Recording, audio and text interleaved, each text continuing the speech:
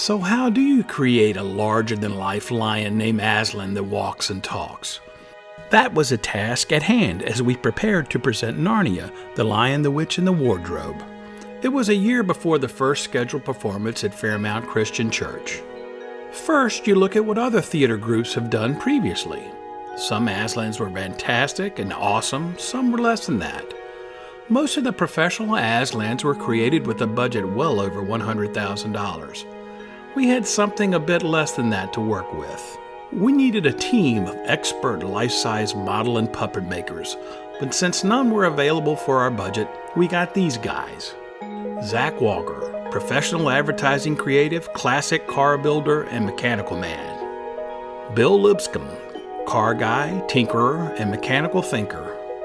Ricky Tate, fixer of all things mechanical and a constantly grinning creative gnome.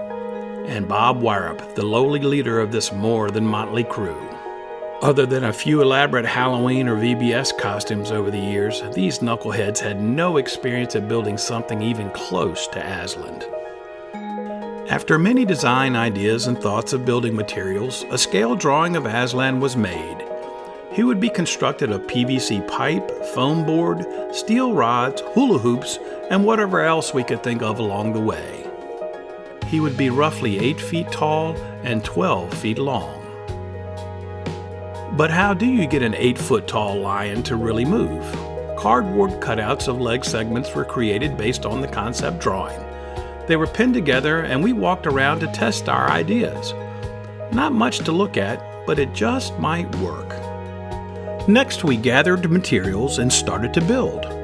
First, there were marching drum harnesses. Then we began cutting leg segments out of foam board, with Zach being our expert foam board tester. Bill made a plan for the PVC pipe frame and proceeded to start bending plastic.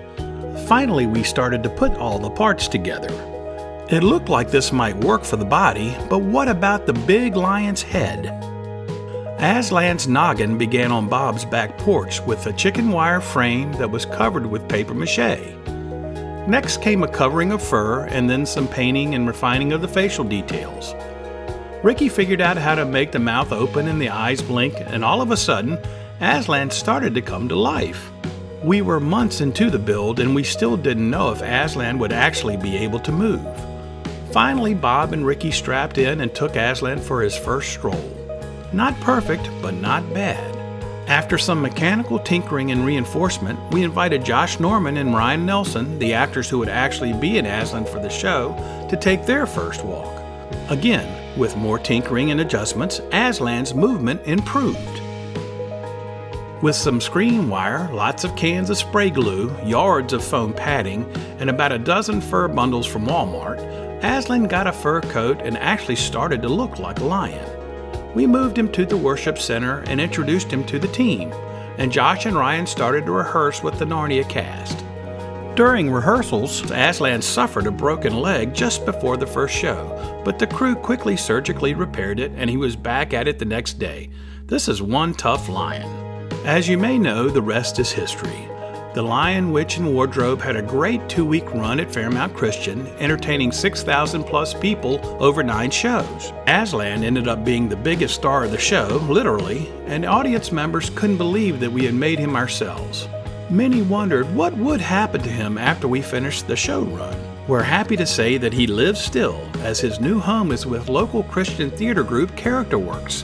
He is well cared for and looks forward to being cast in another show soon. So, the moral of the story is this. If someone thinks you are crazy enough to try to create a 12-foot-long, 8-foot-tall, 2-man lion puppet, well, they just might be right.